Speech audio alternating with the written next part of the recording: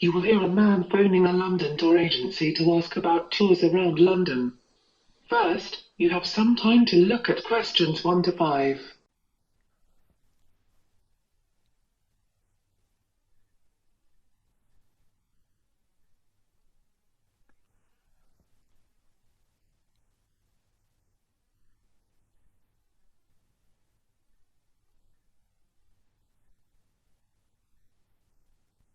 Now listen and answer questions 1 to 5. Hi, London Premier Tours. How can I help? Hi, I'm coming to London with my family and we'd like to see the city. We just wanted some information on the best way to do this. Okay, I'll see if I can help. Firstly, when are you coming and for how long? Let me see, we're leaving the US at the end of June. We're going to stay with friends in Oxford for a week, so we'll arrive in London around the 10th of July. It will just be for a few days as we fly to Paris on the 13th of July. And how many people? I'm coming with my sister and our parents. And do you know what kind of things you want to see when you are here? Is there anything in particular? Not really. We just want to see the main sights, Historical places, I guess. The places that London is famous for. Well, as you only have a short amount of time, the best way to do that is probably by a bus tour. The tour costs £29 for adults and £14 for children for the day. What time does it start?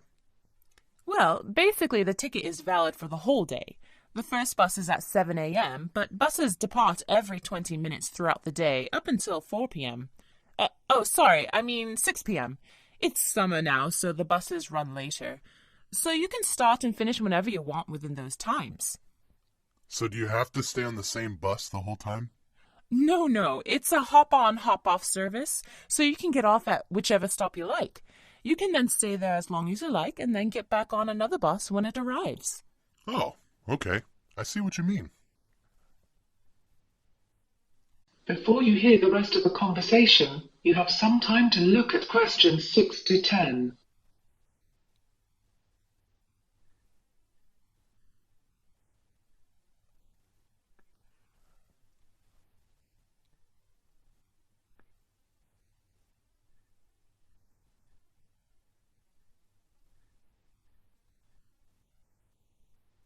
Now listen and answer questions 6 to 10. What sights do you see on the tour then? That depends on which route you choose. There are 3 routes, and we call them the red, yellow, and blue routes. There are many attractions, but the main attractions on the red route are St. Paul's Cathedral, the London Eye, and Buckingham Palace. I'm not too worried about the cathedral, but I know my parents would enjoy the London Eye, so we'd better see that. What about the other routes?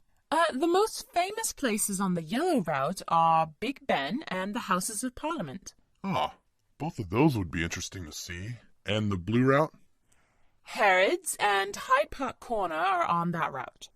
I'd like to see Harrods, but I don't think we'll have time for shopping, and I don't know Hyde Park, so we'll not go on that route. So we'd probably choose the red or yellow. What do we have to do about booking? If you want to book, you can do that with one of our customer service operators on the phone. Or otherwise, you can go to our website and book. Some people just arrive on the day and buy a ticket on the bus. But if it's full, you may not be able to get a seat. Probably best if we book in advance then, so I'll do it on the internet in a few weeks when we know exactly what dates will be there. Okay. Well, it can get very busy in the summer, over the 3 months of June to August, so it's probably best to book at least a week before you come. But you still have about 6 weeks before you leave, so you have plenty of time to think about it. Okay, thanks. You've been a great help. You now have 30 seconds to check your answers.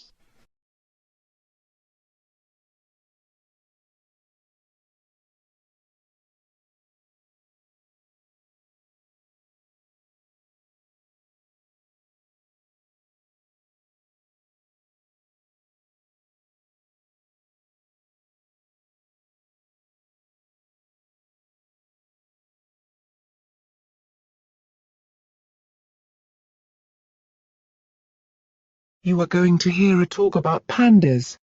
First, you have some time to look at questions 11 to 14.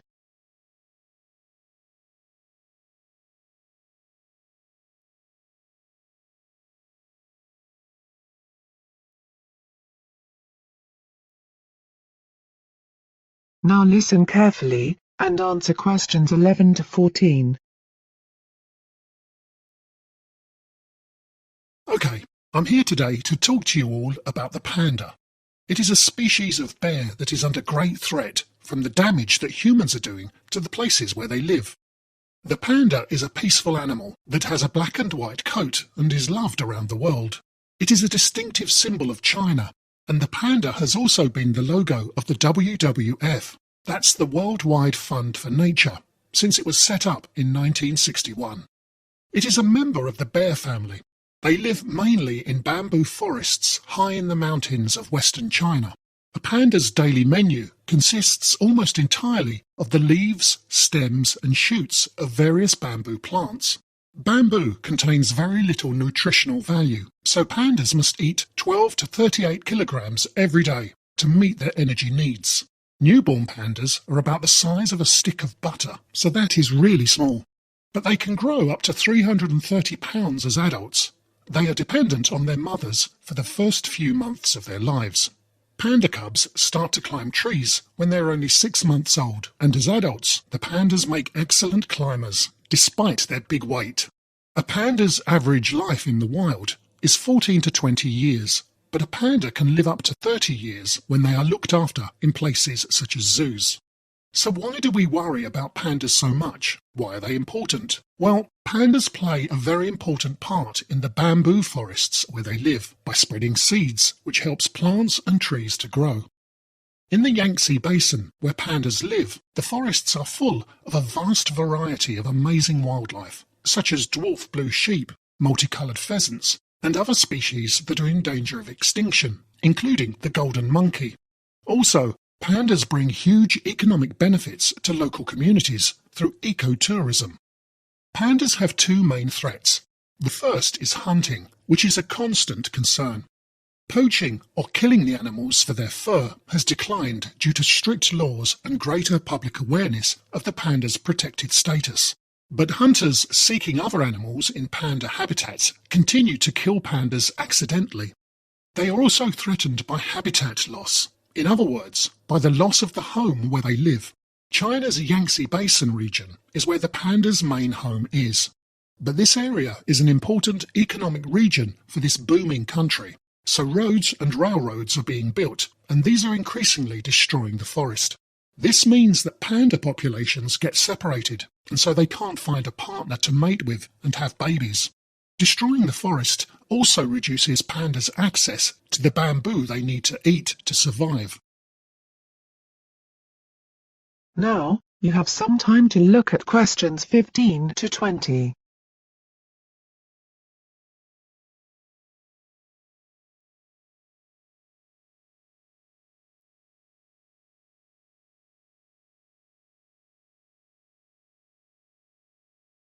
Now listen carefully and answer questions 15 to 20. So what is being done to protect the panda? The Chinese government has established more than 50 panda reserves. Reserves are places in the wild where animals are protected. However, only around 61% of the country's panda population is protected by these reserves. The WWF is also playing a big part in protecting the panda. The idea for the WWF logo came from Chi-Chi, a giant panda that had arrived at London Zoo in 1961, the same year WWF was created. The people who set up the WWF were aware of the need for a strong symbol that everybody around the world would recognise. They agreed that the big, furry animal with her cuddly, black-patched eyes would make an excellent logo. This has helped to encourage many people to help support the panda. Controversially, a well-known television presenter called Chris Packham, who has hosted programmes about animals for many years on British TV, said pandas might not be worth saving. He explained that pandas are extraordinarily expensive to keep going. We spend millions and millions of pounds on this one species, but much less on others. He argues that it would be better to take all this money we spend on pandas and look after other natural places such as rainforests around the world. He says we have to accept that some animals are stronger than others. The panda is a bear that eats a type of food that isn't very nutritious. It gets diseases easily, and it's very difficult to breed. He thinks that extinction is very much a part of life on Earth, and we're going to have to get used to it in the next few years because climate change is going to result in all sorts of animals disappearing. However, I don't agree with him. The panda is quite a weak animal, but this is not why it is going to die or become extinct. When he says that if you leave them be, they will die out, that's simply not true. The reason it is in danger is because of the damage that humans are doing to the forests that they live in. If we don't destroy this, then they will survive in the same way that they have for thousands of years. And also, the places where the pandas live should be protected anyway. The panda shares its home with the red panda, golden monkeys, and various birds that are found nowhere else in the world. The pandas' numbers are increasing in the wild, so I don't see them dying out. Okay, I hope you've enjoyed my short talk on pandas. Are there any questions?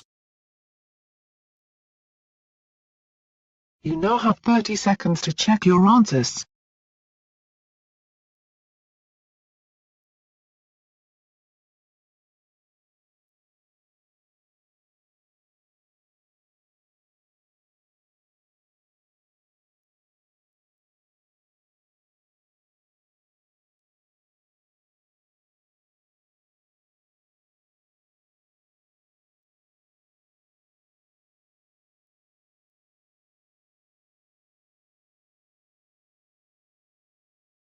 Hi.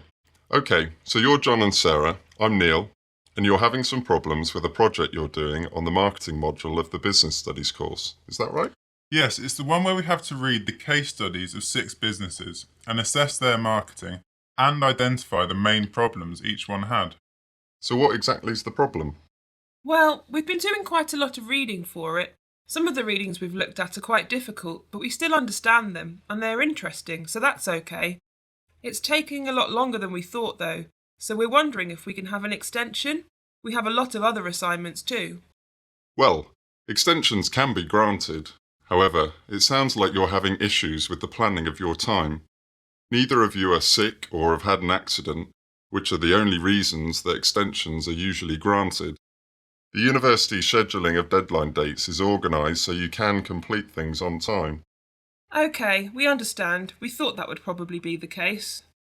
Well, let's see how you're doing with it. So you were given readings on 6 different companies. You needed to examine the main weaknesses of each company with regard to their marketing strategy. What did you find out about each company? Let's start with Stack Stationery. They were very experienced in marketing, as they have been in the stationery market for such a long time. Their profits have generally tended to increase continuously for many years. However, they had issues with their staff because they felt that too much money was being spent on marketing, but their wages did not increase for such a long time. Princeton Windows were quite successful initially, as their marketing led to an increase in sales of 50%.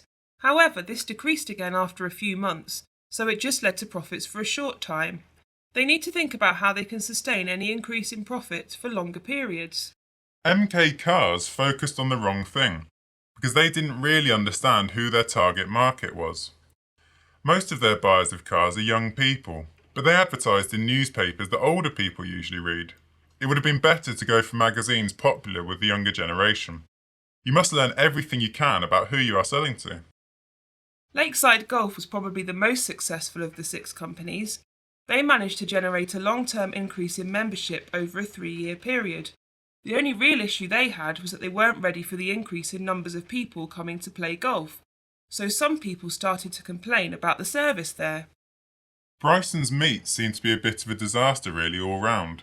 They actually saw a drop in their numbers of buyers, though it seems fairly sure that this was related to other problems outside of the company, rather than their marketing. There was a scare about meat during the period we are studying, and that meant that people bought less, so it may not actually be the company's fault. Mojo's Music Shop, which sells CDs and DVDs, did pretty well. Their sales have been continuously increasing, and this is very good as they are in a very difficult market. A lot of people aren't buying music from shops anymore as they download it instead.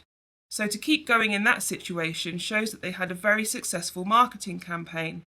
They will have to work hard on this though, due to the number of websites online providing the same service.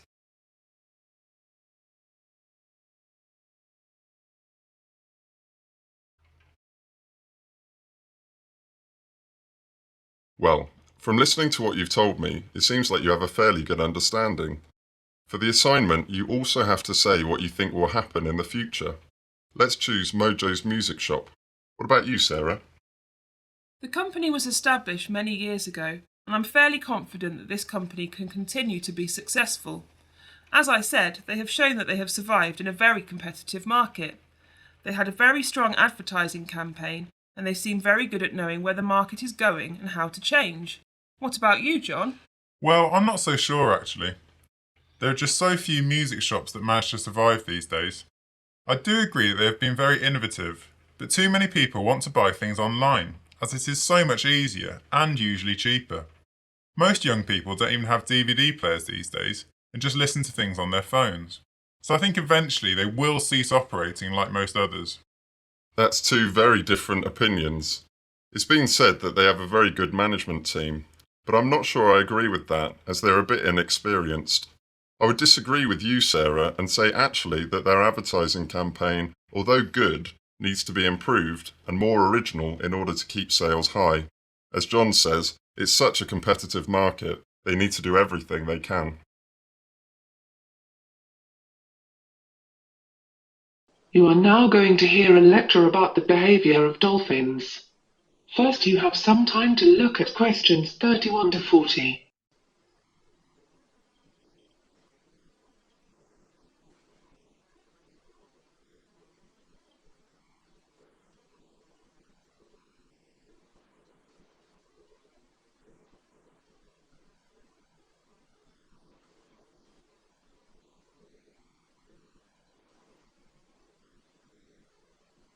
Now listen and answer questions 31 to 40.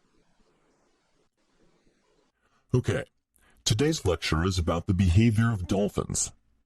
Dolphins are mammals closely related to whales and porpoises. There are almost 40 species of dolphin, and they vary in size from 1.2 meters and 90 pounds up to 9.5 meters and 10 tons. They are found worldwide, mostly in shallower seas of the continental shelves, and they are carnivores, eating mostly fish and squid. Dolphins are highly social animals, often living in pods of up to a dozen individuals, though pod sizes and structures vary greatly between species and locations. In places with a high abundance of food, pods can merge temporarily, forming a superpod, which groupings may exceed 1,000 dolphins. Membership in pods is not rigid, with interchange being common. Dolphins can, however, establish strong social bonds. They will stay with injured or ill individuals, even helping them to breathe and bringing them to the surface if needed. This altruism does not appear to be limited to their own species. A male dolphin called Moko in New Zealand was observed guiding a female pygmy sperm whale together with her calf out of shallow water where they had been stranded several times. Dolphins have also been seen protecting swimmers from sharks by swimming circles around the swimmers or charging the sharks to make them leave. Dolphins also display culture, something long believed to be unique to humans and possibly other primate species.